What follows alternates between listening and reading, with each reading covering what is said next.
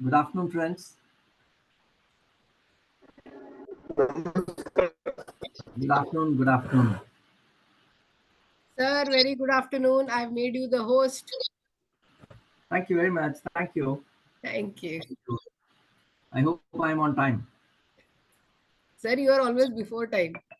Thank you. Yeah, I thought I'll switch on after at 4 o'clock sharp because they all would have had their previous classes. Yeah. And, This batch full day had of, back-to-back classes from 8:30.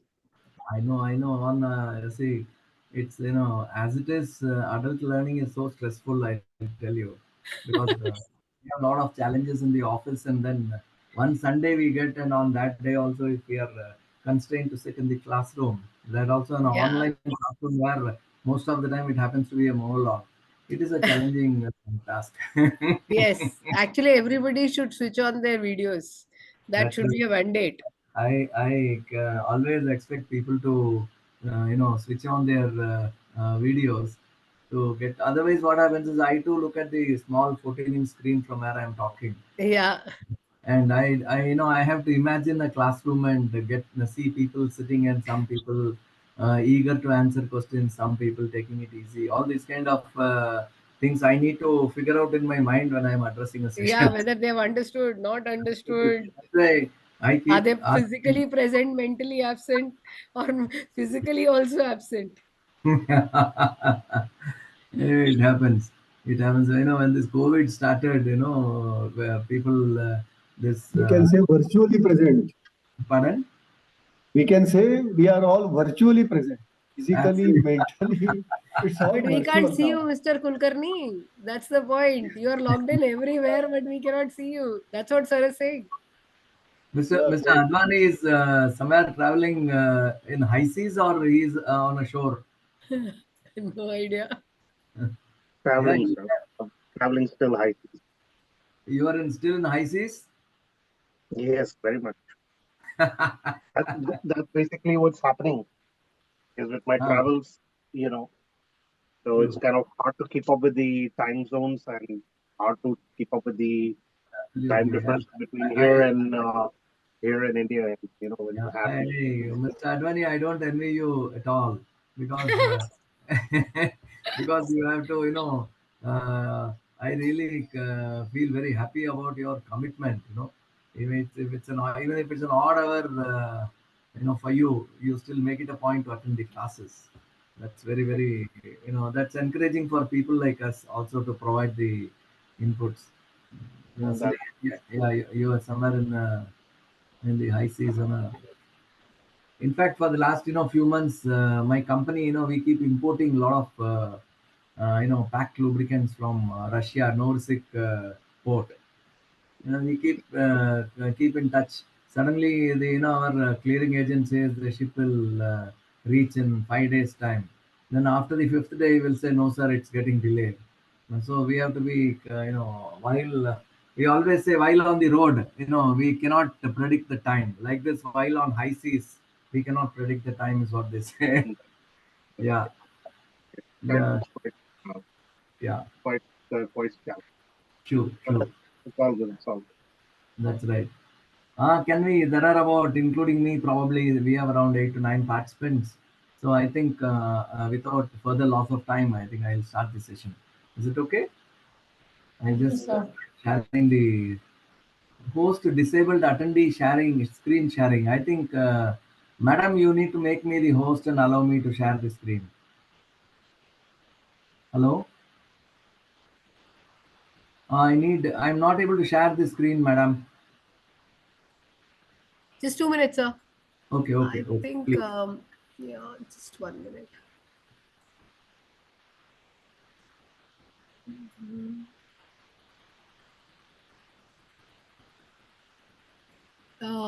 Andrela, are you there? I think by mistake she's been the host. Okay, okay. Andrela, Yes, are you I'm there? there. Yeah, can Yeah, you just I'm click there. on sir's name and make him the host? I think by mistake you have become the host. We are trying to Yeah. Go to participants, go to do sir's that. name. There will be 3 dots.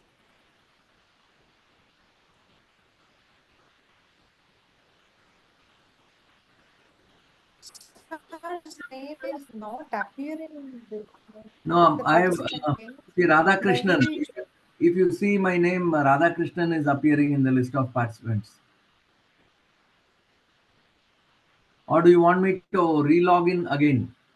Now you are the yes, host, you sir. just She's check. made you I the have host. checked. Please see. Yeah. Thank you, Yeah, I can Manjula. change. Yeah. I can see the change in status, host and me. Now, hopefully, I should be in a position to share the screen. Let me see. Uh, oh yeah.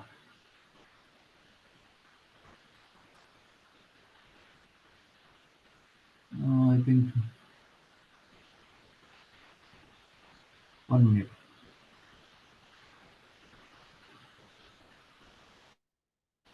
Yeah. Can you all see my screen? Yes, sir. Yes, sir. Yeah, we are good to go now. I think I'll put it in the screen mode. Let me know if we can, whenever I switch over the second to this next slide, just let me know if it is visible. Okay. Now, Sir, what you do now? First, you yeah, start the slideshow and then do the screen sharing. Then it will be okay. First, you do start the slideshow and then share the screen. Then it is. I'm now taking you to the next screen. Is it No. What visible I'm now? saying is, sir, Yeah. what I'm saying is now stop sharing. Then on Okay. your computer, you start slideshow and then go on start sharing. Then it will be perfect. 1 minute. 1 minute. I'm just now I'm going to.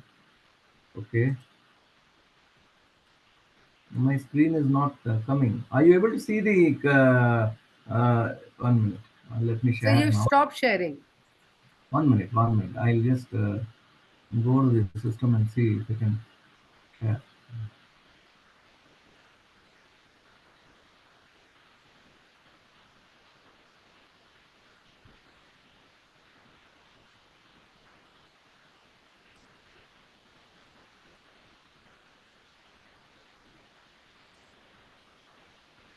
Yeah, is the screen now visible?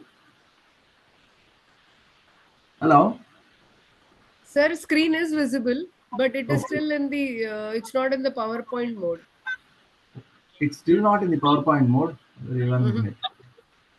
Just Sir, a at the minute. bottom, you will see the PowerPoint. You can just click from there also. No, I've seen it. Just a minute. I've seen that. 1 minute. Let me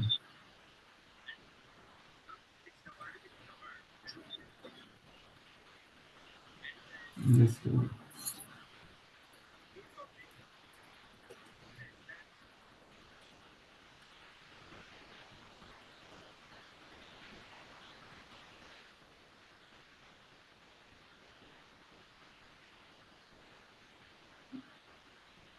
Is it now visible?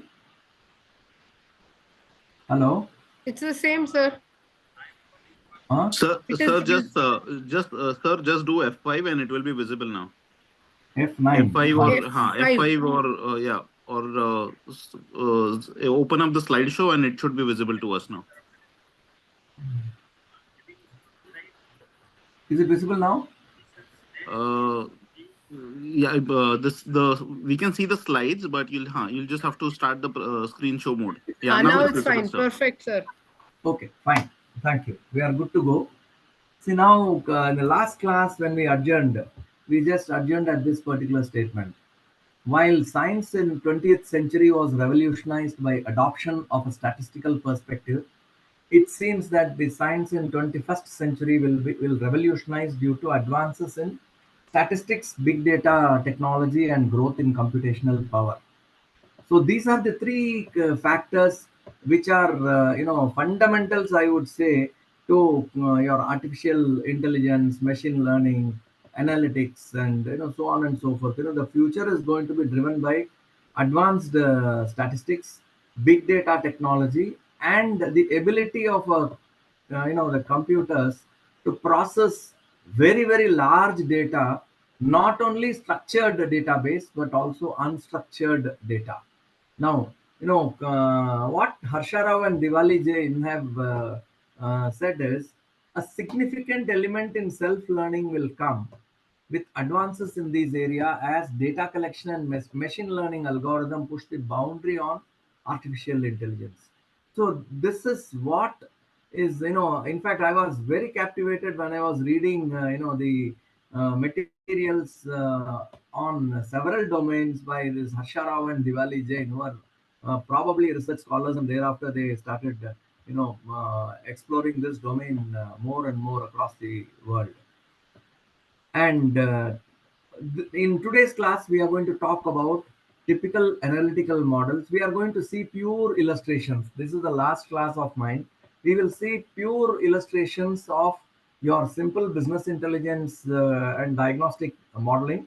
And second thing is predictive models. And third one is prescriptive models. In this class, we are also going to talk a little more about how, what we can do in learning and development, and how the technology evolved, and how today we are leveraging technology on L&D. So with this, the session will come to an end. If time willing, if we can do, I will try to see if I can show you something on how a model is built. A very elementary model that is built. Time willing, I'll not. If I may have to skip a few slides, which you can read in any case. It is only reiteration of what we have built up our sessions up to this level. So we will try to see how best we can manage the time. Okay. The typical analytical models. The first level of analytical model starts with a business intelligence system. It talks about what has happened in the past and where we are based on the past data available and happenings over the past. They are more so in the category of descriptive analytics based on what had happened. Now, if you look at some illustrations, when we talk about the illustrations, are you able to see my slide, market sales analytics? Hello, can somebody tell me whether you are Yes, able yes, to? yes, it is perfect. Yes, sir. Yes, sir. Yes. It's moving. That means my slides are moving. So the market sales analytics, whenever we talk about marketing, the first thing any marketing guy would like to know is in his interested domains, say like a sales area, like a sales district, like a state and a company's region. He would want to know how this company has performed vis-a-vis historical performance, vis-a-vis an objective for that particular area. If I am saying that I got a sales officer who is handling 3-4 districts of, say, Maharashtra, Mumbai, Navi Mumbai up to Pune, so Raigad, Pune, and all, suppose he is handling, and I want to know how he has performed. So I would like to see the data based on which, every day invoices are going to his area. The previous year's data I'm having with me. So I can compare how he has performed vis-a-vis the previous. And today, earlier in the past, we used to collect the data and then we used to perform an analysis. Today, if there are about 100 sales areas across the country, if there are several districts, several states, and union territories, if we can even focus markets, say for example, a city market, a highway market, a rural market, these kind of segments also we can divide, and we will be in a position to, on a day-to-day basis, when we put an system, business intelligence system, our market sales analytics revolved around how sales, how a sales guy performed in his area, in his district. In fact, we also could get a list of how our high selling dealers are performing on a daily basis. Suddenly, when there is a dip of even, and we were able to look at the exception reports of who are the guys who on a prorated basis were selling below 10% or below 5%, and we would instantaneously also trigger emails. These are the fellows who are doing badly. These are the fellows who are doing extremely well. Have a look at these areas. The system would generate based on the trends how the sales areas are performing, and it would trigger mails wherever they had noticed an exception. Suddenly I find a guy who was doing 300 kl volume, 300 units of some product in a day, and I noticed that he has suddenly dropped to average 150 units. Then quickly a reminder has to go. What is happening in this area?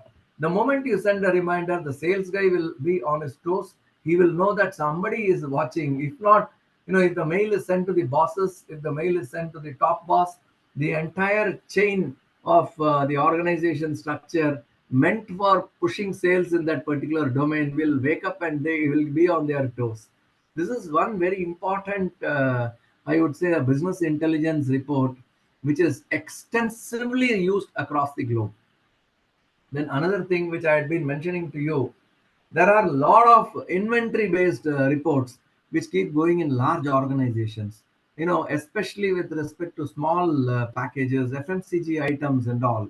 The business intelligence report will consistently keep throwing information on where you have a surplus inventory, where there is less demand, and wherever there is more demand, you can always shift the product, and it will indicate to us what action needs to be taken, which is of course prescriptive in nature as we go along in a very small way. Nevertheless, the business intelligence report will tell you, it is like looking at the rear view mirror and see how you can navigate your drive in the towards success, I would say. That is how we look at a market sales analytics business intelligence report. And there are several such reports also. If a company has been selling on discount, you will get to know how many what is the volume that has been sold in a discount, and what has been the volume, what has been the additional cash outflow in the form of discount for various sales. Sometimes what happens, there are some promotions and campaigns in an area. Say for example, if I'm running a promotion for 1 month, so my market analytics business intelligence report will capture the data for the 1 month. And if I'm covering about 100 retail outlets or one state or a few districts or a part of a state, so I'll be able to map those areas where I am having this campaign or promotion sales, and I can track how the sales have been impacted, and I'll be able to tell during this promotion period the sales. I can capture the incremental sales volume, and I can tell the company that for this incremental sales volume, the company had invested so much money as a promotional measure, and that has given us additional volumes. And all these kind of MIS reports can come out of the business intelligence system, so that management knows that if I invest so much money in this area, my sales can go up, and the additional volume will help me to recover my promotion expenditure, and I'll be still able to place myself in the market and compete. Then the next area where typical business intelligence helps is customer service management. It's extremely good, extremely important for any marketing organization to receive, a customer's, feedback. And very many times, I'll just give you a simple example. What we used to do is we had a system where we were on a daily basis getting customer feedback that was being sent through various social media. The data would get captured, and the system would direct it to the concerned executive in that particular area who is supposed to handle. And he would also get a trend of what are the most frequent grievances, what are the areas. Say for example, we used to have a customer service management based business intelligence system to see what are the areas where there are frequent complaints with respect to LPG cylinders. We used to classify the customer complaints, and the business intelligence report would give us in several pockets what is the problem. In some pockets, delivery of cylinder becomes a problem. In very many pockets, we have seen a rude behavior by the employee also becomes a problem. In some areas, we have found out that your cylinder is not getting coming on time. It is getting delayed. We are all office goers, so cylinder fellows coming and leaving the cylinder during daytime. These kind of issues, all the problems, can be the trends can be noticed for several areas, so that corrective action can be taken. This is another domain where the analytics, business intelligence system can be very effectively put to use. Now, when we talk about production, in a production system, the business intelligence reports will throw out the rejections reported and pattern of rejections for a process quality control can also be instituted. And this the today's business is very effectively through supported through this analytics model for a production. You can see patterns. You can see patterns of rejections. You can see patterns of what are the things that are getting produced from the indents. You have an indent management system. From the indent management system, you can try to see what are the products which are fast moving products, what are the products are slow moving, and how much you should produce. Even if there is an indent, based on the past analysis, you will come to know whether somebody has committed a mistake in the indent, has given under indent or an over indent. So such kind of corrections can also be helped through a business intelligence system, which can throw exception reports, and it can point out outliers also in your system.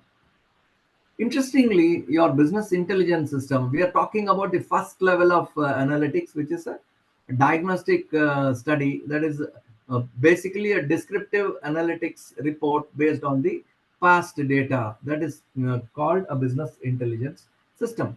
Now, in this system, from the finance, we used to see how many credit policy violations were observed in the country. I've got around 5,000 distributors. I have around 10,000 customers. I am representing a large organization, but I want to know how to set a credit policy.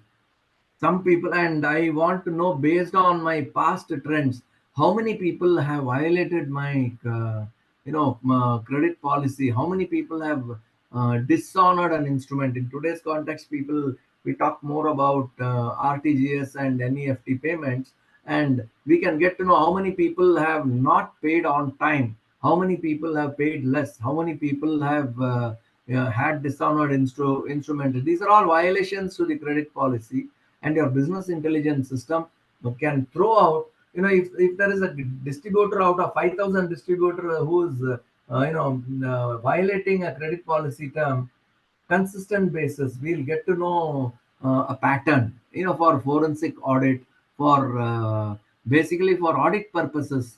In fact, when we instituted a business intelligence system, our finance people were saying that now it makes the auditor's job very easy, so that all the backup data he can pick up from his office, and he need not go to any location or any regional office for backup data. He can get it from the system. All he needs to do is to go and talk to the concerned business managers and understand the nature of how the audit observations have to be improved upon.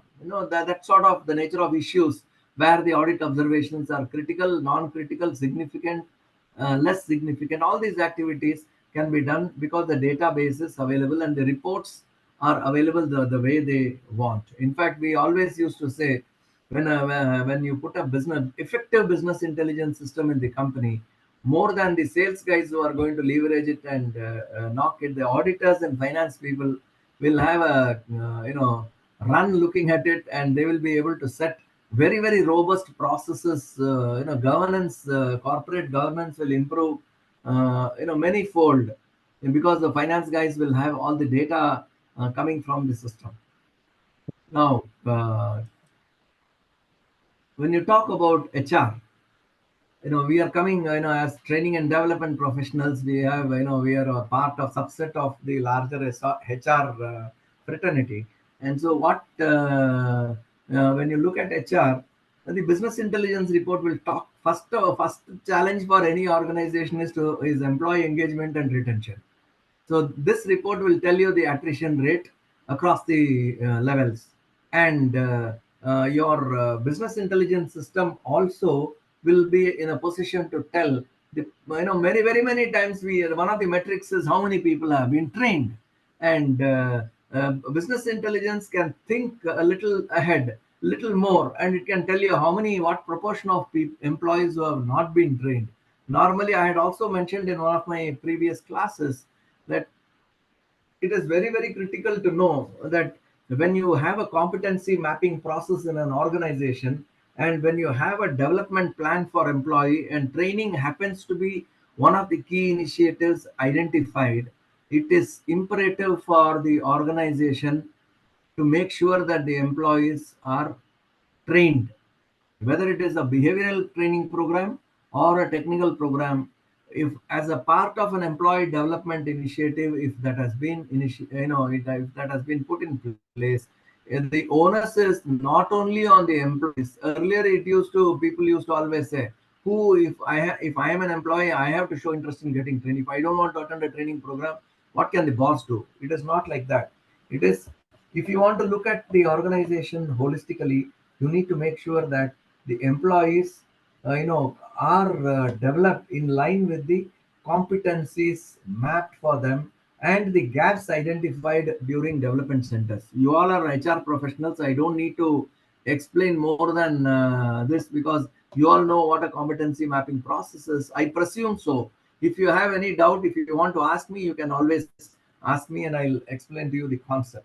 Now, what is the and therefore it is very important that the business intelligence system, if you have around 10-12,000 employees in an organization, the business intelligence system will have to throw out who are the people who have not been trained, who are the people who have been, in spite of being nominated, did not bother to come for a training program, who are the people who have not been released by the immediate supervisors or bosses.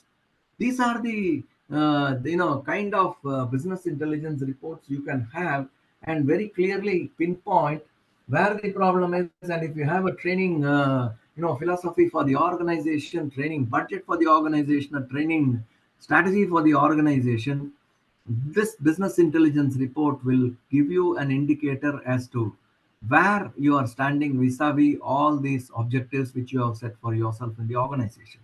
And then what is the cost of recruitment from various sources of recruitment? Very many times what happens is organizations go for recruitment to large institutions. They go to two-tier cities for recruitment.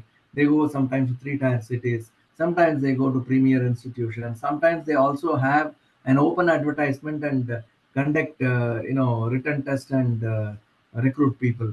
When you have different methods of recruitment, you need to, and the cost of employee recruitment is quite significant. You need to know which firm is giving you what kind of cost for getting people into the company, and what is the impact. If that guy we recruit doesn't stick on with the company, it's a loss, because you have invested money in that guy through training process, induction process, through cost of recruitment. And how and then the challenge comes how to engage people and make sure that they stick with the organization. So business intelligence report gives you a cost of recruitment from various sources of recruitment. And then we talk also about the impact of training and in improving an efficiency parameter. It's very, very important.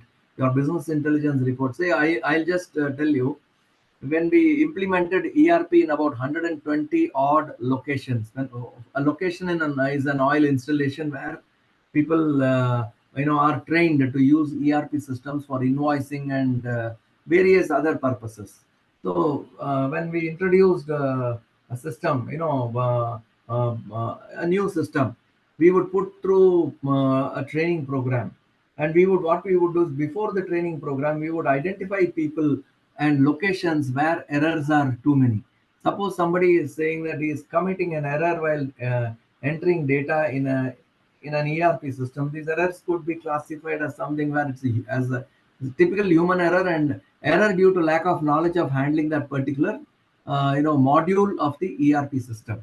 So in such cases, what we do, and we identify such people, identify in those locations what are the errors that are cropping in, and we try to see what is the proportion of the errors. And if the errors are very significant, we call a homogeneous group of such employees who we believe have we who we believe means we have a hypothesis that these are the guys who need to be trained.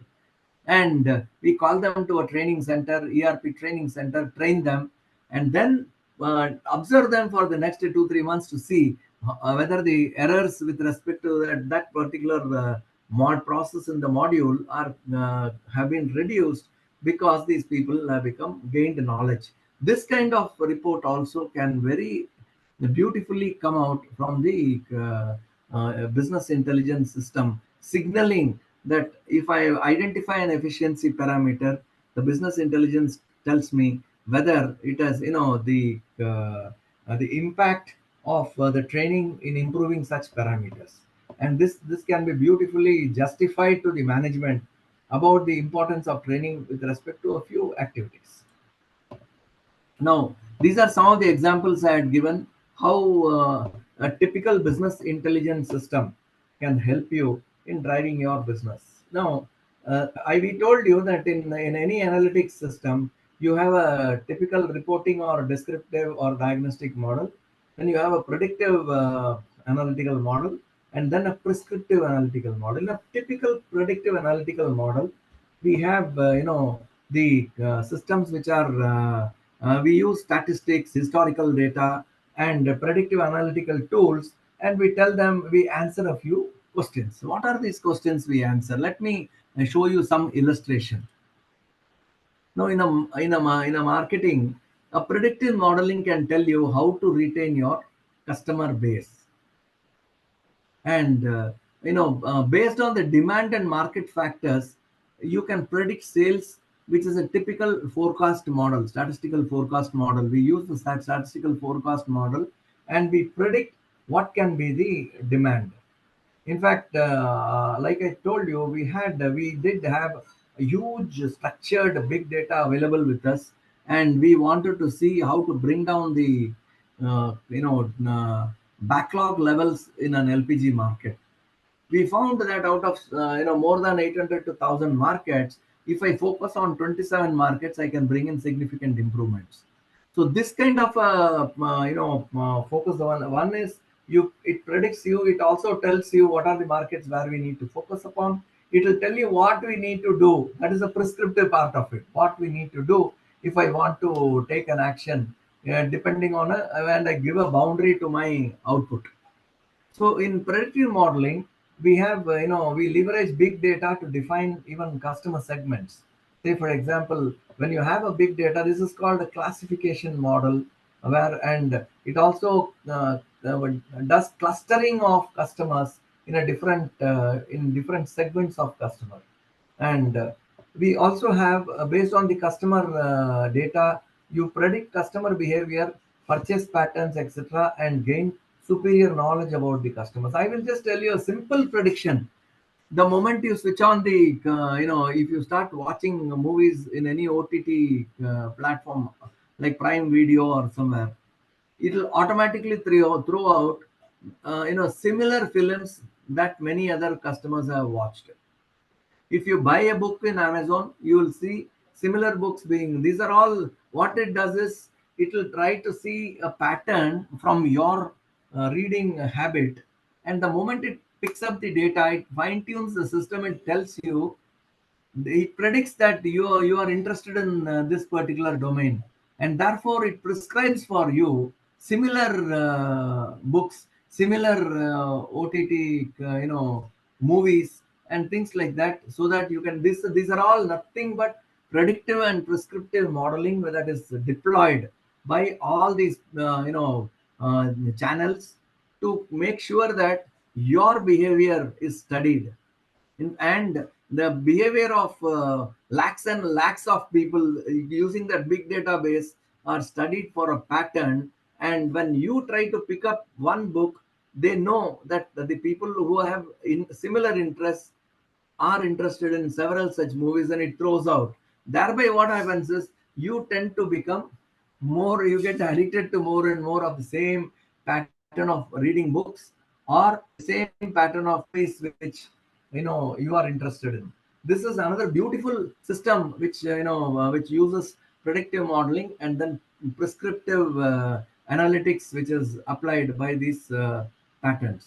Now, when normally what happens, whenever you have we did a beautiful survey, what do customers think about your organization and product vis-a-vis competitors? What is the sentiment around? You have a sentiment analysis that can be carried based on how customers think about you. and we use this is very commonly used across. There are standard platforms. You don't have to do anything. All you need to do is, yeah. Anybody? Yes. Anybody has a question to ask? I wanted to ask about that HR, which Yeah, actually please two, tell three me. slides Please, ago. anytime you want to ask a question, please stop me because I'm not in a position. I'm once my chart is shown, once I am on the show mode of my PPT, I'm not able to see any one of you. Yeah. My goodness. Okay. Okay. No, what I wanted to ask is in the HR, the two questions have been there. They are in the book and in the presentation also. What is the proportion of employees who have not been trained? Then how many employees have not attended a training program for which they were nominated? And what is Yeah. the cost to, no, that is okay. Only these two questions about the training. Now, while we are using those predictive analytical models and it will give some statistics, but the reasons behind that, how we could be in a position to know. Like in our organization, what we started, ki, suppose the person is nominated for the training and he doesn't attend, then disciplinary action will be taken against him or whatever. Just to threaten that person, ki you must attend the training for which you have been nominated. Number one. Okay. Second is, what is the criteria that suppose the people are getting nominated continuously. So for that also they have said, ki, okay, who have not undergone the training during the last 2 years, they only will be eligible. So what I mean to say is, ki, training should be the need of the organization and not that of the employee, isn't it? Yes. So That's a how shift these in the thinking. So how these predictive analytical models will help us to come to this conclusion as to who is eligible and who is not eligible. Thank you. See what happens normally. What happens is when you're designing a training program. I'm not getting into the how a training program is designed because that is a different domain. When how to use a database. See, it all stems out from the training strategy of the company. Normally, what happens is when the organization decides that I need people. Normally it all begins with mapping, defining what competencies are required to run the company. Now, when you define those competencies, then you try to normally around 12 to 13 competencies are the ones which are identified across the company, and there are different levels. Say, for example, many companies say that my company junior level you need around seven competencies of technical competencies and five managerial behavioral competencies, and then as the guy goes to middle management, we'll require six technical competencies and six competencies for behavioral. And as you grow higher levels, your technical competencies are less and behavioral competencies that are required are more. So based on this, the employees are identified through various sources, including a development center, as they call. So they go through a development center also, and their competencies, their actual competencies are mapped with the competencies that are required for the company, and you find out the gaps. Based on the competency gaps, that pattern is studied in the company. Say, for example, if somebody has to, if around 50 employees require training program in e-procurement system. Okay, now across the company, you got an organization where around 20,000 people are working. Out of that, 350 people out of the 150 purchase guys are to be trained on e-procurement system, which is very critical to the company.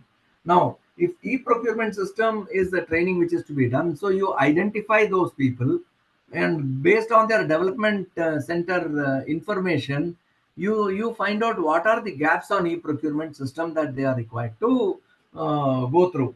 There are some people who don't even know what a computer, how to run a computer. So this guy, before he comes for an e-procurement system, he needs to go through a computer, basics of handling a procurement system, something like that. He will have to be supplemented with that training program before he attends this program. So these kind of requirements are assessed first, and thereafter people are identified for the training, for the they are nominated, given the nomination for training programs. Now the moment the training program nomination goes, one, The problem of why a guy doesn't attend one, the guy doesn't attend because his boss doesn't release him. Two, the guy doesn't attend a training program because he is scared to attend the training program and to learn something new and compete. Third, in that case, you cannot do anything. You will have to ease him out of the concerned function and put him in a function where his competencies will match the company's requirement, or you'll have to, normally people don't show the door, but they have to be transferred elsewhere and try to see, his competency needs to be mapped to wherever the company requires, and he has to be, his strength is required to be leveraged. Third thing is, the employee is keen to attend, but there is some extraneous factor. So you have put him in a, while he is on transfer to a department. Very many times what happens, a guy gets into the training program because he identifies as a potential for the department, and while he is transitioning, they will send him for a training program. He will say, I have a lot of personal problems, so I cannot attend the program. There are very many reasons for a guy not to attend a program, which need not be attributed to his lack of interest. That's what I'm saying. So even your business intelligence system will throw all these things up, and it will also tell what are the factors, so that, as the training department will also have to learn from such things and make sure that when they are it is not only for the training department, or not only for the employee, but also for the training department. It is very important that they should know what kind of training program, when to nominate them for a training program, and how to make sure they attend the training program also. So these are the 3 4 things which your business intelligence system, based on the database that you have, can throw out to you. It will beautifully, and in fact, very many training programs today, they also say that, the predictive model or the prescriptive model will tell, before this guy takes up this program, he needs to attend this program also, because from his development center database, he lacks not only in the skill on e-procurement, he lacks on the basic skills of working on a computer. So give him a good knowledge about computers, how they operate, and then bring him to this particular center to help him to handle e-procurement system. That this is what normally happens in organizations, and many companies leverage extensively this BI system. In fact, we used to do it very much in HPCL when I was handling this particular domain. We used to take database and we used to pick up. In fact, you will be surprised to know, I know the organization is very large. We found out that there were some people who were repeatedly being nominated for training programs, and there were some people who have never been who never attended training programs. So we were able to correct such kind of anomalies in the system, basically because we could leverage the BI system of the company. Now, when we talk about predictive systems, I was talking about predictive systems. We talked about inventory levels with a distributor and a retailer during peak period. This is a typical forecast models.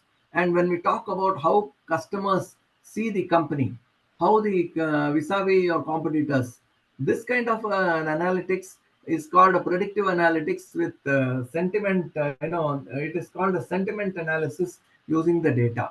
So people, the system, when you across the country, if you have around 10, 15,000 customers, giving feedback about the product, they do sentiment. And today, even our elections revolve around analytics. A lot of analytics is done to identify the sentiments going around, the how people think and what is going to happen, what is the popularity of any particular party. Today, most of the political parties rely on excellent business analytics for trying to forecast and see how they should do. In fact, many prescriptive modeling is also used as to what they should do to win over the mandate of people.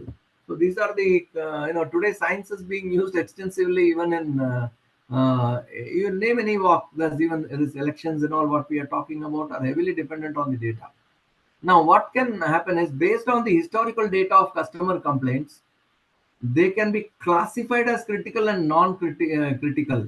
This is a classic example of a classification model. So today there are different models. In your it's when I talk about a classification model, it is beyond the scope of your subject. But nevertheless, I just put it to tell them that a clustering model, a classification model are extensively used, and then they will pick up one particular when they predict what will happen. They can even tell you at what time a guy can with this classification, a disciplined distributor versus a non in and a non-compliant distributor. I won't call indisciplined. It is a compliant versus non-compliant guy. We can, based on the large data available, we can even predict when he is going to be non-compliant or when he will be compliant. All this data can come up today. The database, big data, and computational power provides for all these things. But let me tell you, friends, all these things can be done only if the managers who are heading the respective domains have the domain knowledge, because the machine can tell what you will do. It is purely, you should know what is to be extracted out of the, how to exploit the big data technology and the computational power of the system to drive your business. It all depends on the individual. That's why I always say you cannot do away with the human resources, because human resources are very critical to any business, because their understanding, even if you have a predictive modeling, a prescriptive analytics, to look at it and drive the business depends on how sharp the business manager can respond to it. That is where I always say that whatever may be the technology, at the end of the day, the person who is holding it, he is the Sarathi who is driving the horses.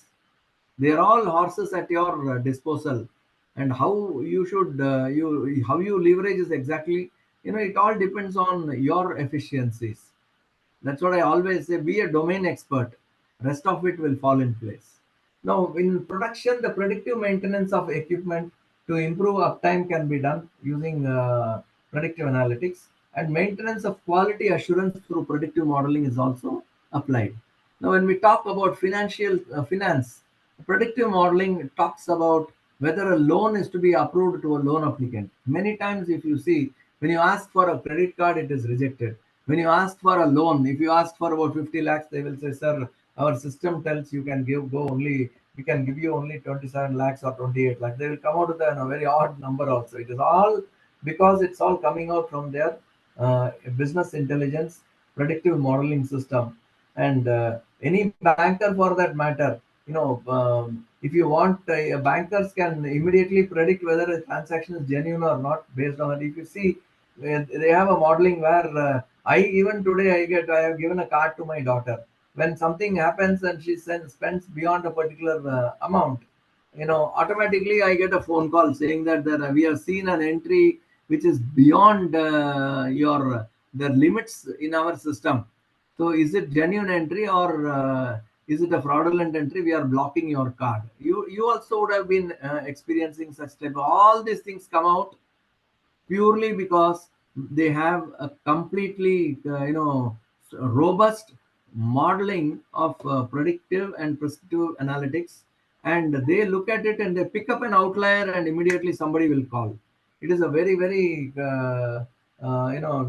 good system, I would say, a automated system to help finance guys to make sure that there is a financial discipline around it. In fact, the other day, I was using one of the banking apps, and I tried to push an amount.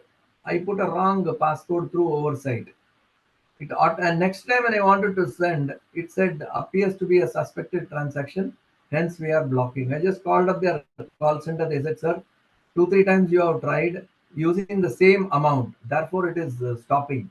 And you try to push a different amount, it will allow you to go through.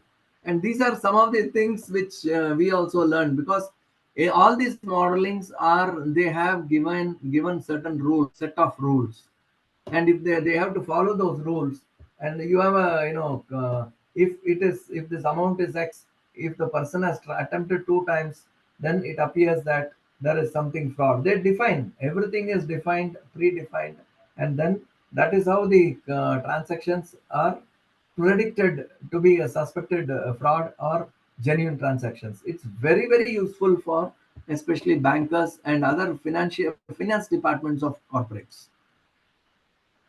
Now, when you talk about HR, I always keep mentioning predicting employee attrition is the biggest challenge. So you predict that.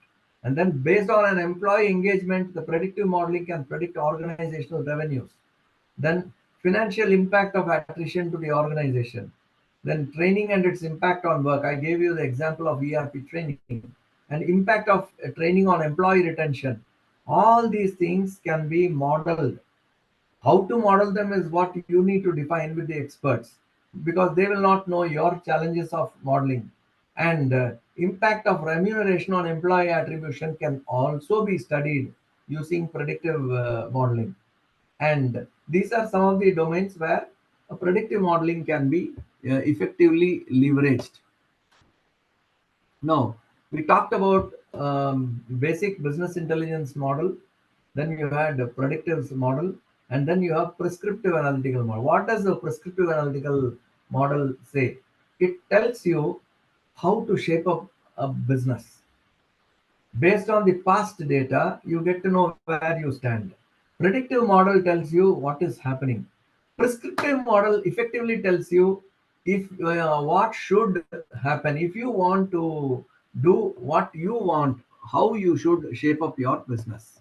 That is what prescriptive analytical model tells you. It will tell you, say, for example, a basic business intelligence will tell you where your product is not available. Predictive model will tell you, what are the reasons for its, what is going to happen in these markets if you have so many factors in operation. Now, the prescriptive model will tell you if you want your products to be available in such markets where it is not available, what should you do? This is how business intelligence report, predictive modeling, and prescriptive modeling work. Now, in marketing, typically your prescriptive analytics is used to identify focus products and focus markets. And it tells, you can, from the model, you can find out what are the areas where you can conduct campaigns and promotions. And which areas where you spend money can give you a big impact in terms of returns on your investment. Similarly, they will you have for logistics functions, your automated data helps you to prescribe routes which minimize transportation. In fact, if you look at Google Map, and if you drive using a Google Map, what does it tell you? It will tell you the fastest route, and the fastest way to reach from an origin to a destination is what it will say. It will not, there are very many routes. Now, suppose you cut a route and you want to take another route, it will not stop you from taking that route. Instead, if you take another route, what will be the next best alternative on this route is what it will tell you. So all these things are coming out of, basically it is nothing but a prescriptive analytics. It will study the traffic pattern. It will study how how the roads are. It will also look at if it has the data on if the road is blocked due to some reason, some work is going on. It will still say that you are on the high traffic route, yet this is the best route available to you. You'll see some pop-ups coming on the screen also. All this is precisely what prescriptive. Yeah. Yes, somebody has a question. Hello? Anybody has a question? Can I proceed? एक minute ये इकडे आ रहा हूँ. Hello? Yes sir, Yes, you sir, may you may proceed sir. proceed. I think there is a small crisscross communication. I request people to switch off their machines and just or their phones, unmute them so that you can unmute when you want to ask a question. Now, when you talk about prescriptive analytics model based on big data, it provides which channel of advertising. In advertising also, you will know which channel can give you best returns, and you can decide on the channel when you are launching a new product. These are some of the marketing domains where prescriptive analytics is very useful. Now, when you talk about finance, prescriptive modeling is extensively used for risk mitigation, profitability, and investments.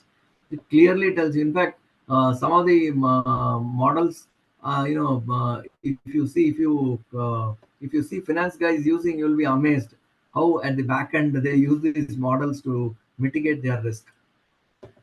In HR, it like I told you, a training manager uses a predictive analysis to discover that most learners without a particular skill will not complete the launched course. Suppose, for example, you want to launch a course, an e-learning course on, say, branding or marketing, and if you want to put it to a guy who has spent 10 years in production, you will not be the predictive analysis will tell that these guys need to go through an elementary marketing course to pass this particular course. Then what could be done? The prescriptive analytics will give you so many courses and options for them to take. And this is basically on an algorithm based. Normally what happens is the algorithm will tell the learners who need to take a new course but lack a particular skill. They will send an automated recommendation. Please take this training program to acquire your missing skill. In fact, it is very, very nowadays training managers. But for all these things, let me tell you, training has radically changed today. A training manager's role is no longer something where he needs to only report those metrics of how many people went through the mill of a training. No, it is not that.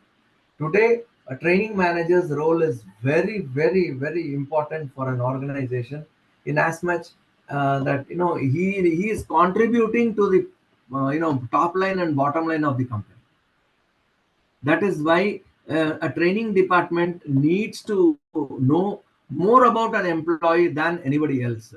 Because if you want to create, many organizations say, in my organization, my training is a differentiator for employee engagement and retention.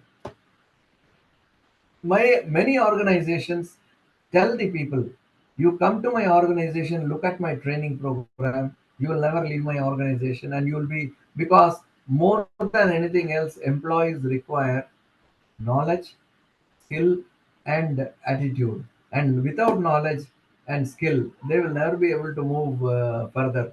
Attitude is something which they need to work on themselves. But even training programs help people to align their attitudes with the organizational requirements.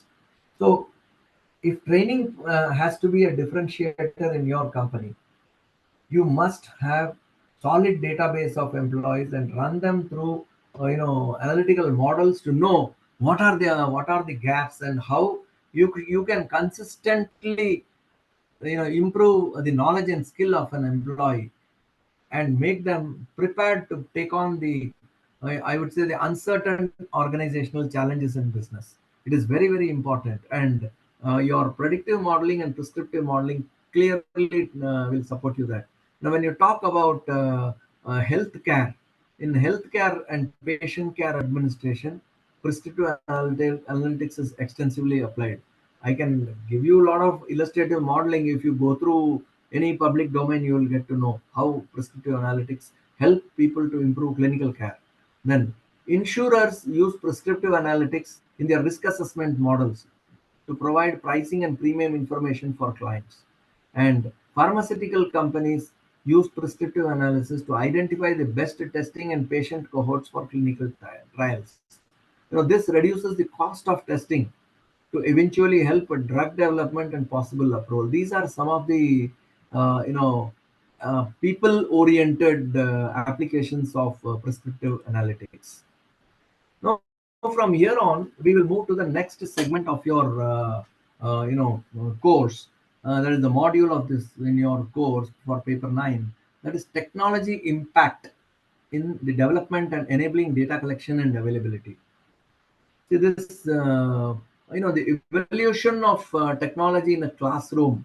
Now, this is a very well researched article. In my study material also, I was very impressed with this particular article of Purdue University, and I thought, our people should also get inputs based on the research, conducted by this Purdue University online.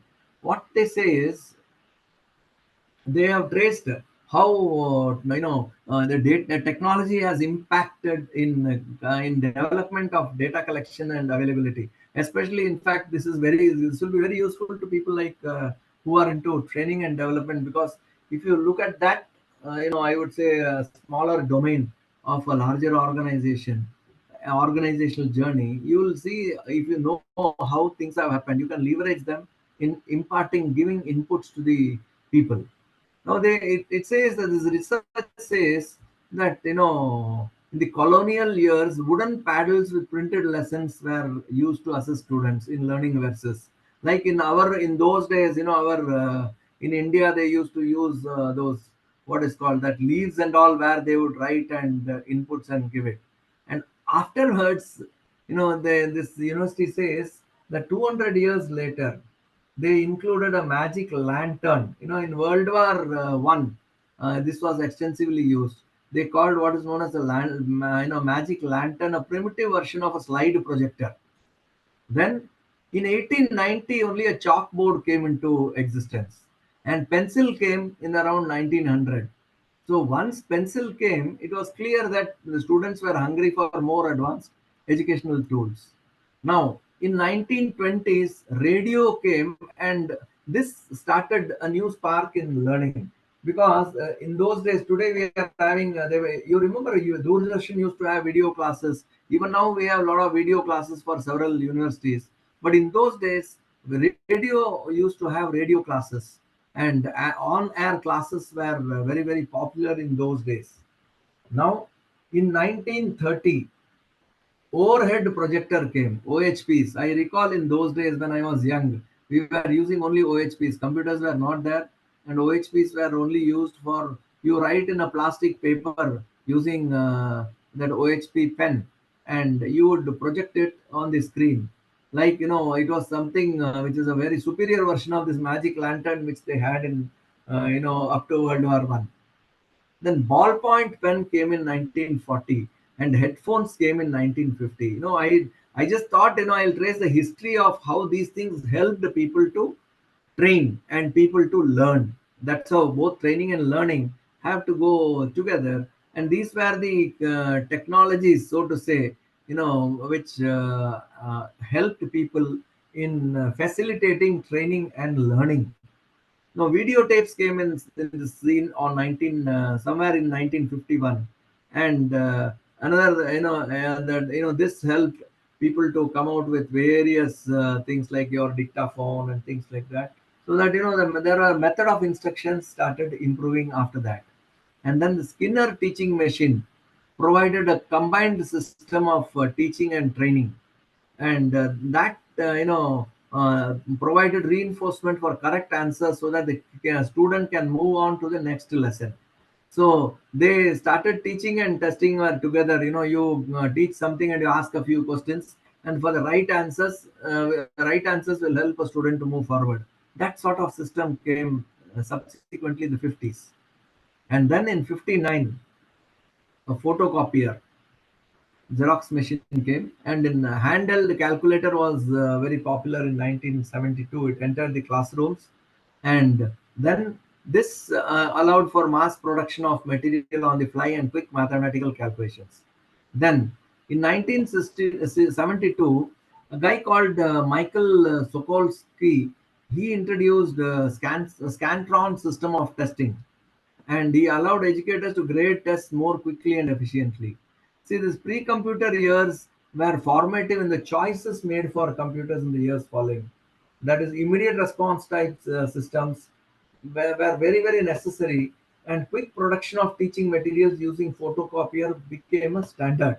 At that time, in 70s, most of us, I do not know how many of you in this classroom have seen that phase where, in fact, even a photocopier in those days, to take one Xerox copy used to be quite expensive, and it was a big luxury. Now in 81, the first portable computer weighed 24 pounds and cost 1795. This redefined the way people started, working and learning and also training. Then Toshiba released its first mass market computer, consumer laptop, It is not Microsoft. It is not Apple. It is not anything. And around the same time, Apple started started off around the same time, but it was Toshiba which was more popular at that time. In 1990, when this HTML came up, the web, the World Wide WWW came up, and the National Science Foundation removed restrictions on commercial use of internet in 1993. That is where the world changed. And the first personal digital PDAs were released by Apple in 1993. And that subsequently became an order of the day for people to use computers for everything. And in 2009, the people started by 2009, 97% of classrooms had one or more computers, and 93% of classroom computers had internet. This data is based on US. This is not an no. I just forgot to mention. But subsequently, for every student there was one computer. Instructors stated that 40% of students used computers, and today world over, the statistics say that a lot of people, every second guy or every 1.1% has a laptop, and over 50% of the people have a smartphone. Now, that is how the technology grew, and subsequently, social media is now recognized as an accepted form of instruction. People do a lot of crowdsourcing, and social media is one big channel available for people to do. Sentiment analysis is done using the data from the customer research. Customer surveys are happening on the fly at the point of sale, and the social media inputs are widely recognized, and they are analyzed for seeing patterns. And many instructors use social media to communicate directly with their students, and this has become, it is a very important tool to have a good attention of people and to communicate with each other. In fact, today I distinctly recall we conducted a training program where we just used to push the questions to the people on their WhatsApp, and we would tell them to respond, and then we would evaluate and give, because there were certain mandatory training programs to be done, and people in the field could not come back. They would refer to their manuals, and then they will respond, and thereby their habit of reading they developed, and they would find solutions. We would tell them that your solutions are available in the manual, user manual, employee manual, guidebook for a particular domain, and they would go there, they would read it, and then that helped them to read also the manuals and get their knowledge stepped up. Another technology which is impacting people is biometrics. Biometrics recognizes people based on certain physical and behavioral traits, is on the technological horizon. See, today biometrics are used extensively, and the very important aspect is augmented reality glasses. Have you anybody experienced an AR glass? Yes. Can somebody give me a feedback? Hello. Sir, I tried it. Where can you just share this experience? Hello. Yes. Can somebody? Yes, sir. I can hear you. Yeah, you can tell me your experience. Am I audible, sir? Yeah. So it was a scanner which I downloaded from Google Store, and I just scanned a product QR code available on the label, and it was lively showing how the product was made. So it was a very good experience with me, and it was showing some different animations and something which is very lively. Oh, very good. Could you wear? Could you wear the glasses and simulate something? It was not the glasses, sir. I used it with a mobile application. One is now what I'm Yeah. trying to get at is this. We used to have. I will tell you, we used to have this live. In oil industry, this firefighting skills. You got my point. The training on firefighting is done using these augmented reality glasses. What happens is you wear the glass and you stand in front of a computer. You will find, the software will tell you where the fire is happening, and you can navigate and simulate. You can decide what action you can take to put off a fire. You cannot have a training on live fire. It is like simulating, learning to fly an aircraft you sitting on a simulator. This AR glasses are a little, more advanced, where what happens is you'll see a real live fire happening. Once you wear the glasses and you switch on the system, you will see live fire happening. You will keep running and you will try to put off the fire. It is used for such kind of applications and such kind of training programs. It is extremely useful, and today companies are using it for basically. And another thing is, you have augmented reality and virtual reality, as they call it. You can run into a big manufacturing unit and see how you can set up. You can also yourself see, if you are constructing a manufacturing plant, how safely it can be. You can simulate all those things wearing the AR glasses and get yourself trained in very sophisticated physical activities.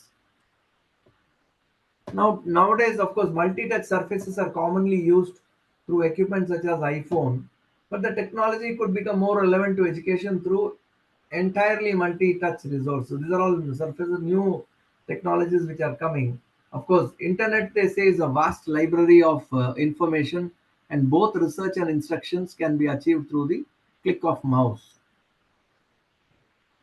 Peter Drucker says that the fastest growing industry would be training and development as a result of replacement of industrial workers with knowledge workers. Need to change and need for development are critical for organizations to focus on training and development as a critical function. He talks about the importance of training as it is seen today in the nowhere. I recall, in those days, those guys who are close to their retirements, those guys who are past their prime in an organization, they were put in training departments as a function, because normally training is as a department is headed by functional people and not by core HR people. Now these guys have to know the business, and they need to know the they need to have an HR aptitude.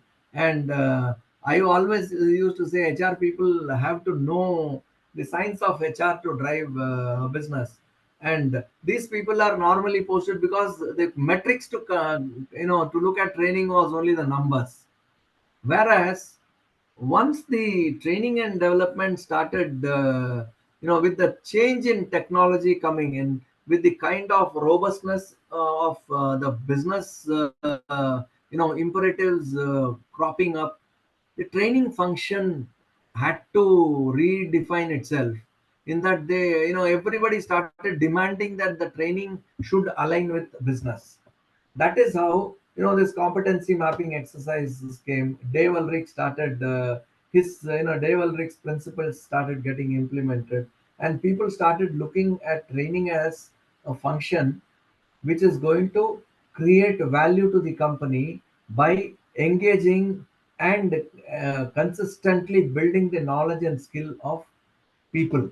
Because they started realizing, see, with knowledge workers coming, the training department had further challenges to handle. And that is why Peter Drucker made this famous statement that training is a training and development as a critical function. Now, what Purdue says is, while many training programs in a classroom based on standard stand and deliver can be tedious and exhausting to employees, leverage this technology. What I'm coming to is how e-learning can help corporate training functions to improve the training capabilities and bringing life to corporate learning. That is what new instructional methods. See, when you, on one hand, you are required to be consistently on par with the industry and in building competencies of your people to match the best in industry. Second thing is, how do you have to deliver a training program? Should we use a standalone traditional classroom training, or should you use technology based training so that the knowledge transfer happens very very effectively? How do you bring life to your corporate learning process? And because today what you learn in the morning becomes obsolete by afternoon, and there has to be a consistency in contemporary learning at every stage by the employees. That is the challenge today, and that is where your e-learning comes into play. Now I'm just showing a systems view of training. Is you you know you need training need and assessment is the first step. Develop a training plan, and develop training materials, conduct training, and and thereafter have a supportive supervision after the training.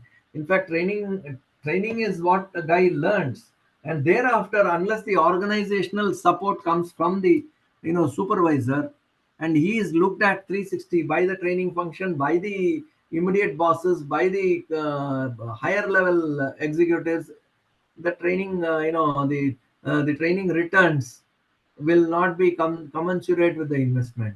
So if you look at a systems view, the training begins with training need assessment, and it ends with supportive supervision after the training, till the employee is considered to be fully knowledgeable on the domain where he has been trained. Now, when you talk about if you have to practice, put this particular systems view, systems model into action, you need a feedback mechanism, and this can come from technology platform. Then more engagement among employees can come from interactive technologies. Interactive technologies, are very good and better. They're found to be better than traditional methods of lectures. And then they also suggest that immediate response systems, like I told you, you just suddenly push a message to a trainee and get him, he has to click and send you the answer. The handheld devices, they permit, and you will see so many times when a trainer is also taking his classes, he will give answer yes or no. It's a multiple choice question he will give you, and then quickly, by maintaining the confidentiality, he will get to know how the trainees have felt. One is it can be in terms of the inputs that they have got, or in terms of what they are learning, or about training feedback also. Automatically, in fact, when we computerize the entire, training feedback system, every program, after the completion of programs in our management development center, people used to sit for 2 hours only to fill the forms. Now we said that no, as you stand, the online application will be kept open. Those 2 hours also we will have an informal feedback with the top management after a training program, and you people can online fill the feedback and send it later on. And they would be, it's like your Uber. Unless you give the rating for the driver, you will not be able to book your next, trip. These kind of systems can be beautifully designed to make sure that you get 100% response and of what you want through the system. And nowadays, video conferencing today, as I'm talking to you all, I am at a distance of probably 1,000 kilometers away, and for Mr. Advani, who is in high seas, today the video conferencing system, or the technology has made it possible for him to catch up with the learning process, and that is the biggest advantage. Now, gaming, interactive games have been introduced, leveraging technology for the, and the training inputs are provided with these training tools. Training games have been found to provide faster and easier. In fact, I used to conduct I am visiting faculty at University of Petroleum and Energy Studies, and we have done recently a simulation exercises on various, topics, business topics, and marketing subjects, and all the participants sit in front of a computer and keep responding. And at the end of the program, we know which group has done better. It's not a business game where you have business game, business simulation, business, technology oriented games which cascade the learning faster among the people. And e-learning, of course, provides lifelong learning opportunities, improved productivity, and improved competitiveness. And e-learning, larger groups can participate. You can immediately know what are the training programs that are, that an employee will be in a position to do. And you can also tell what are the programs he will not be able to complete. These kind of inputs also, if you have an e-learning platform and keep tracking the employees data, you will be able to know trainers delivery effectiveness, online test, instant test. Everything is possible as when you put e-learning system in place. And when you learn, when you try to use data in learning and development, this society, a society for learning analytics research, with 14 leading global universities, where the founding members of which is an interdisciplinary network of leading international researchers who are exploring the role and impact of analytics on teaching, learning, training, and development. I put this chart because you all, as training professionals, and you are also looking at the technology interventions in training and development, evaluations, and all, you should know about this particular society. This 14 leading global universities were the founding of our members, and they are doing extensive research on basically learning analytics. What is learning analytics? Learning analytics is a term used to the process of collecting a wide range of data, storing the data, analyzing all that we talked about in the last 1 hour can be crystallized in the form of learning analytics, where you keep the data of employees and analyze them to know whether, get insights on how you can administer learning and learning and development of the people who are either students or employees, with a clear purpose of training and development. And the sources of data are very wide, and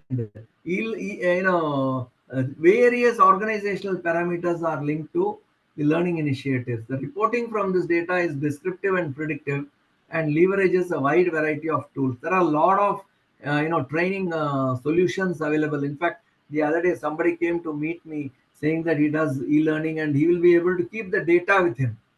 See, everybody now has have come to realize that if you want to drive anything, you need to have data. And how to get the right kind of data can be best provided only by the concerned training manager or the HR manager who is handling a business. So it's very important, again, if you want learning analytics to succeed, you need to know, one, what analytics can do, and two, what is the data required to drive these analytics, and three, what is it that you want. You need to define your own problem statement, and you need to get the solution from the database that you intend to collect, or you have it with you.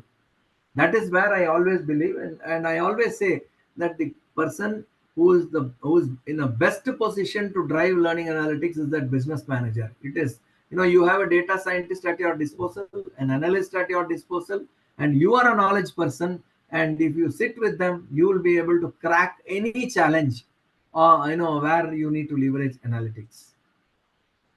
Of course, there are programs, when you talk, decision, this guy Halle Bogger Hartman, this lady in her blog says L&D should think more innovatively about data and can improve decision making.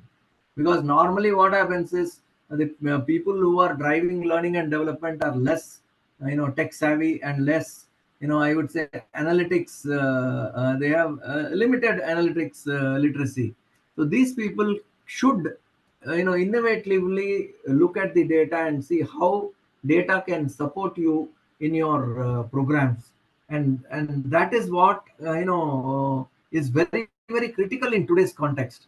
You need to keep on consistently raising the bar for which you require data, and you need to justify what you have done is right using the data, and you need to plan for future only using the data you have. So at every stage, the data is very, very critical. And that is, to identify the skill gaps also, you need to have data. And do not skip collecting data whenever you have a group of employees around with you. And the data may be structured, the data may be unstructured. In fact, I was very happy to see one of the HR guys.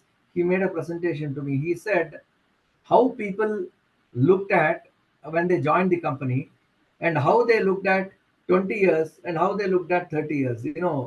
Beyond, besides the age factor which has gone in, there are very many. And he said that he could draw conclusions that many people have not been able to manage the stress of the company. Many people were over a period in their journey of life along with the job, they also had a lot of challenges on the home front and the organizational front. This guy did a bit of research about the people he had known. He had taken about 35, 40 people who he knew, and he was trying to explain. So I was amazed to see how data analytics can be leveraged to know about the people also. And L&D has to make people engaged and productive, for which there is no two way. In today's context, they have to leverage the data and push analytics to have superior insights in developing the people. Of course, I had seen the for which you have excellent structured data, unstructured data, and data relating to business and data relating to employees. They should know to correlate these two data. And in fact, the key training related data that are used as a part of human resource system are given in this training programs attended, not attended, training days spent, average number of participants, internal programs versus nominated programs, training programs with relevant to behavioral, technical or functional, IT related programs, scores of employees pre-training. These are some of the laundry list of metrics that one can do. But these are all elementary. What is required is how value can be given to the organization. These are the standard metrics that are used, which I have shown in the sheet, which you can just go through. It's standard. I had been talking about it in all my sessions. But what is more important is how would you able to use database to prove that your training program has helped people to align with the company. That is very, very important. Of course, structured data can always be picked up, and we have a list of activities also on HR, skills and qualifications measures. There are about 7 key areas where structured data provides input to learning and development MIS in organizations. Of course, traditional metrics are good, but using metrics coming out of big data will really help people to draw conclusions. What I would, the chief learning officer of IBM made a statement that the current L&D framework at companies has been composed of various content whose data on interaction availability is meticulously collected and analyzed. This data is then used to create intelligent systems to promote this content and monitor the way employees are using it in order to personalize it to their needs. Big data is at the center of this approach, since it is able to track the preferences of the employees with regard to the content they are receiving and the way they are processing it. It's very, very critical today that you need to have data to make sure that, to identify how employees are dealing with the training content also, and how they are delivering it. And with this, I will come to an end of my session, and we have still 2 minutes to go. But I want to, if you are interested, I would want to show you how modeling is done. Is it okay? Will you be able to, stay with me for 5-6 minutes more? Yes, definitely. Sure, Yes, sir. Yes, Definitely, yes, sir. sir. Yeah, I will just, with this, my session has ended. I will, we will share with you the 1 minute. Are you able to see one more slide? Yes, sir. You can see some diagrams on the screen. Yes, sir. Yes, sir.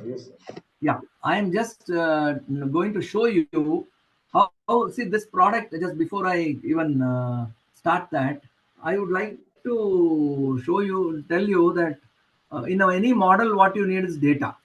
Okay.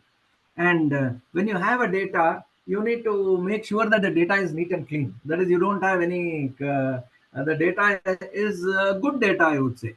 And then thereafter, you try to see patterns. Then you try to model. There are 3-4 different models using structured data, unstructured data. There are different models. Based on the models, you do a prediction. And then you try to see which is the best model using the testing and evaluation. So here I am just showing you a product called, see, there is a company called Orange. This company is extremely good in driving analytics. And I thought, I will just show you one such thing. See, I'm just showing you, I have just put this particular thing on the screen, the widgets and all on the screen to show you. Here is a file. Okay. How do I operate? Can you see something on the screen? Hello? Nothing now. Yeah. No, you're not. What? You're not Yes, able sir, to see sir. anything? Yeah, we are Yes, able yes. to see it. You're not able to see? Yes, yes. We We are are, able we to are see. able to Sir, see it is file dash orange. You are able to see that there is a data set. See, this is there is a file called a data set of iris.tab. Okay. Yes, yes. Yes, sir. Yeah. I'm just showing you. This is a file called iris, and it talks about iris flower data set. See, I have collected an iris flower data set, and this flower data set contains a sepal length, a sepal width, a petal length, and petal width. And iris is the target. There are 3 kinds of, say, flowers known as iris setosa, iris versicolor, iris virginica. Okay. Now, what I have done is I have taken 150 instances of iris setosa, iris virginica, and iris versicolor. Okay. I have measured the length of the sepal length, sepal width, petal length, and petal width of these 150 samples which I have collected. Clear? Are you able to be with me? Hello? Can you hear me? Yes, yes. Yeah. Now, see, there are, so I have taken 150 iris flower and I have measured the length, width, petal length and petal width. Sepal length, sepal width, petal length and petal width. There are 4 characteristics to this flower. Now, there are 150 such flowers I have picked up from a sample. There are 4 features: sepal length, width, petal length, petal width. Now, the classification is this 4, the length of this will determine the whether it is iris setosa. There are 3 categories of iris, this flower: iris setosa, iris versicolor, and iris virginica. You got the point? So I have taken a sample of 50 flowers in the iris family known as iris setosa, iris versicolor, and iris virginica. Now my challenge is, if I pick up a flower at random, my computer should tell whether it is iris setosa or iris versicolor or iris virginica, right? Clear? Have you been able to Yes. understand what I'm saying? Okay. Now this is my file. Now what does my data table say? My data table, can you see the data table? Yes, sir. So Yes, yes. yeah, I have a sample of say 150. You can see the, I'm just running it down. You can see 150 numbers. Okay. I put them in a small Excel sheet or Google sheet, whatever it is. Okay. Now this database, in this database, what I have done, I have taken the samples. There are 4 features: length, sepal width, petal length, and petal width. So I have taken one flower. I have measured what is its sepal length, what is its sepal width, petal length, and petal width. So for an iris setosa, I know from the past data that 4.8 length for 3.4, petal length 1.9, petal width 0.2 is iris setosa. Like that, I'm picking up at random and labeling them.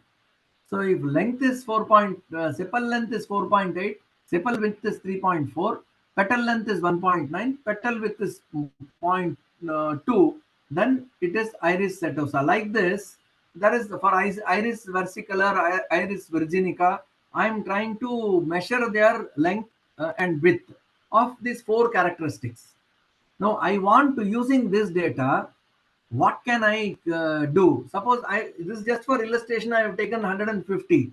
Suppose you take 1 lakh such flowers and keep doing this exercise, then you will have a very big, huge data that is that you are getting. Now what the machine does, what I want to, so I have taken a file, I have collected the data of, I want to know, classify these flowers, and I want to show. Now what I want to do is, I'm taking this database and I want to show a scatter plot. So what it says is, first is you require data. Then second, you have to transform the data. And third thing what you want to do is, you want to send a visual sample. Fourth thing is build a model. And the fifth item is test the model and evaluate the best possible model in place. Evaluate, and then you have, if you have unsupervised learning also, you can do it. That I'm not touching. How an intelligent system works. Now my job is, any flower which is picked up at random, based on this 150 sample data, what will I decide? Should I decide it as in which of the 3 categories of iris flowers will that be an item picked up at random? This is what I want to predict. So I have a scatter plot. So if you see the scatter plot, you can see this. Now the petal width, to see this on the x-axis, I have petal width, and y-axis I have petal length. Based on the 150 samples which I have collected, this is my database, and I need to see, this scatter diagram tells me, if this is, if these blue colored ones are all iris setosa. Now my data tells me that anything, if a data falls, if I pick up one at random and look at the petal width and petal length, and if it is anywhere between 2 and 0.6, I will safely say that this is iris setosa. Are you clear about it? This is how the predictor works. Similarly, if anywhere in this range, if that petal length and width comes, I will safely say it is iris versicolor, and if it is somewhere here, I will say that it is iris virginica. Similarly, if I just take this class sepal length and sepal width, if you see this, it is showing a pattern that if sepal length and sepal width is somewhere here on the bluer side, anything which is picked up at random, I can say that that color is, this particular represents iris setosa. So based on the database which I am having, I will be able to see the patterns. Like this, if I am going to have 1 lakh samples, or 25 lakh samples, or 50 lakh samples, I have a big data where I will be able to see patterns. I will be able to bring them into homogeneous clusters, and I will be able to predict. Now, just let us look at what is the say pattern. Just see this. Now, this sample tells me that my petal width and frequency for iris is setosa is on the extreme left side, and on the extreme right side is virginica, and on the center side, whatever comes is iris versicolor. So what I will do is, anything picked up at random, if I need to predict, I will just, if I pick up a flower at random, I will be seeing its petal length, petal size, and based on this data, I will be able to tell whether that is a iris setosa or iris versicolor or iris virginica. That is how a predictive modeling works. And if the third thing I'll just show you, we had seen scatter plot, we had seen a data table, and now I want to see outliers. See, in my data, so there is no perfect, if you see the scatter plot, there is no perfect pattern coming. For there is one outlier which is here. Sepal length 4.5 and sepal width 2.3. Can you see that? Hello? Yes, yes, yes. You can see that there is a sepal length of 4.5 and 2.3. This is called an outlier because the entire pattern of data is shifting towards one side, whereas there is only one data which is on this. This is called an outlier. Similarly, in this data also, you have one green coming here, which means that sepal length 4.9 and sepal width 2.5 is also in reality classified as a, iris. This is iris virginica class. This is an outlier, whereas most of the iris virginica are beyond 6.2.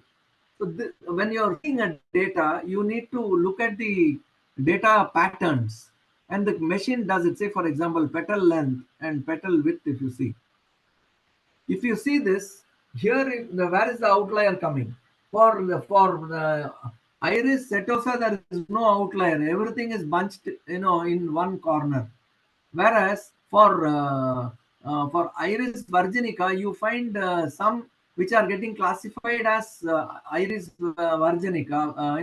Iris versicolor are also, there are one or two outliers. That means the probability of a mistake happening when you are trying to do a business in a predictive modeling is that there is a very remote chance that one iris virginica may be classified as iris versicolor. This is how you look at the accuracy of your predictions using artificial intelligence or machine learning, so to say.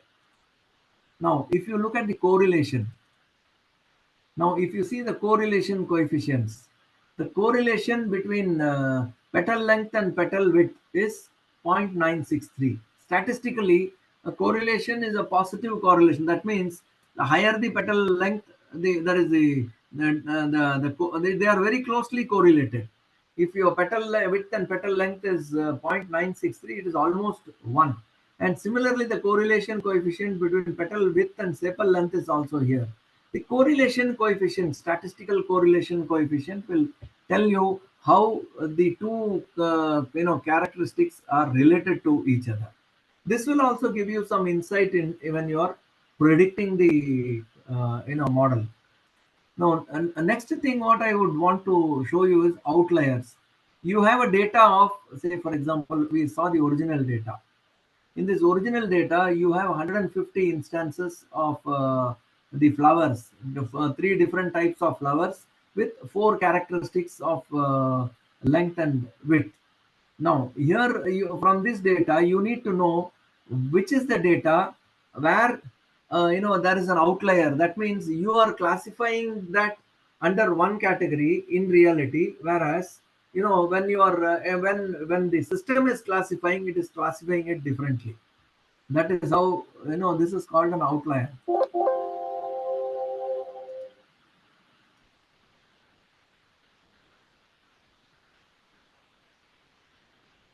It talks about local outlier factor, which is there you have 100, the database is 150.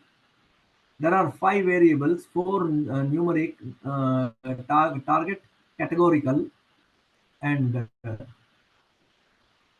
if you see there are the outliers. Sir, which software we are using? This is called Orange.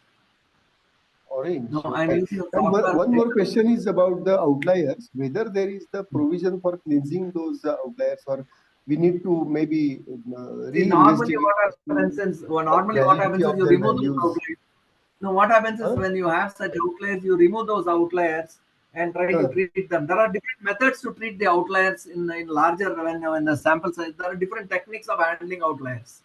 Okay. Yeah, now, maybe if you see data this, validity, we need to check for data validity, whether they are wrongly recorded or whatever. If you are constructing a model, it will check for data validity and all. If you see here, there are, if you see outlier, there are 14 instances of outliers where when you physically picked up this data and you found that an iris setosa is having an outlier variable which is falling into some other flowers category, but actually when you saw it, it was in iris setosa. So if you see the database, I'll just show you the database. If you see the database, see iris setosa 2 in if you see the data line 15 and 16.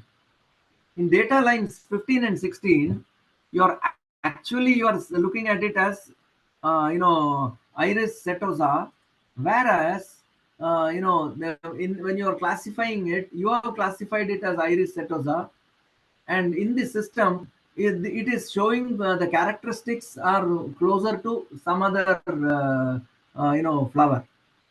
Similarly, iris this 34 also, which is classified as iris setosa, is an outlier here. Similarly, you can see iris versicolor is an outlier here, and your iris virginica, if you see, two outliers are there for iris out of 14 instances.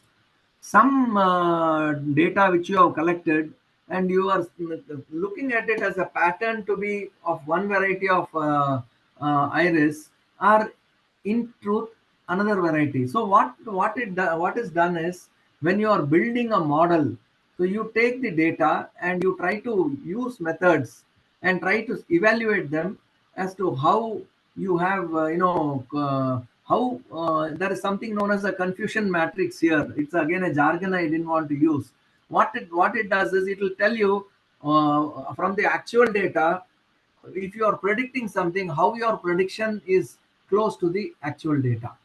That is, your prediction is right, your prediction is wrong because the actual data is signifying something else. These things can happen if the data is not very clean and there are far too many outliers, and you are not able to you are not able to correctly classify the data.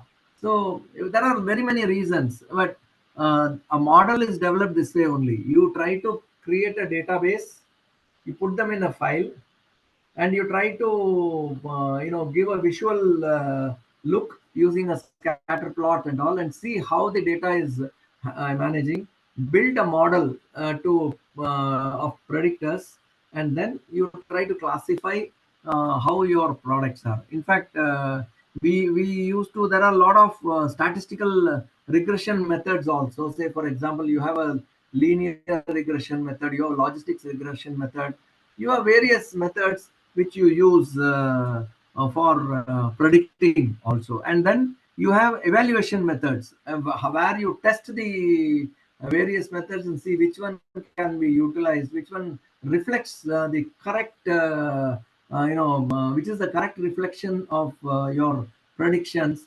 And then what you can do is, you can use that as a model, and you can do a prescriptive and predictive analytics. But for doing everything, you need a complete domain expertise. What I have shown you is just a file, a set of data to indicate how, based on your petal length and sepal length, petal width and sepal width, even when you pick up a flower at random. Interpretation, sir, just a moment. Whatever statistic we will be drawing out of that is the indicators, whether this any kind of software is providing the interpretation as well in layman's language. What I want to mean. If you honestly ask me, I have. I will tell you. I have. I can tell you, statistics. You should know the principles of statistics. One, okay. And second thing is, interpretation comes purely based on your your domain knowledge. Statistics, this all these things can be available. See, I told you, I have shown you a ready-made software which can tell you, you try to see employees, number of training programs attended, their the scores, and against each against the programs. And if you want to try to say that employee capability level is a function of your training programs attended, number of years put in, and knowledge of IT, whatever, if you want to do, if you try to put it as a function, you will come to, you can build a model. But the efficacy Sir, of the model, yes, what's the software name? this software is Orange. Roger. Okay, thank you. You can download it and you can keep on practicing. I thought I will have to tell you this because though it is not in your syllabus, I had been a technology guy myself. I thought, No, if this you is want to fantastic. Yeah. explore, you download it and learn. I'm telling you. Okay. This is a free version where you can learn the elementary aspects of machine learning and artificial intelligence and all. Okay. I think this is how a small model can be built and predicted. I hope you got some flavor of it. Great, Yes, sir. sir. Great. Thank you so Thank much. you. Okay, so I think with this I am closing down my session. I will thank you very Thank you, much for sir. your patient listening. If you have any feedback to give me, if I have been found wanting in any of the inputs which you all felt, Thank you very much. Thank you. Thank you, sir. Thank Thank you Thank you, very sir. much. Thank you. Ajay, tell me, you people are on digital transformation also? Yes, sir. Digital transformation class? Yes, sir. Yes, yes. Paper 11? Yes, Paper sir. 11. Yes, Okay, sir. I'll be taking that session also. We will see how best we can explore more and more of this digital transformation also. Great, Okay? great, sir. Great. Thank you. Thank you for the good news. Thank you for the good news, sir. Thank you very much. Thank you. Bye. Thank Bye-bye. you. Bye.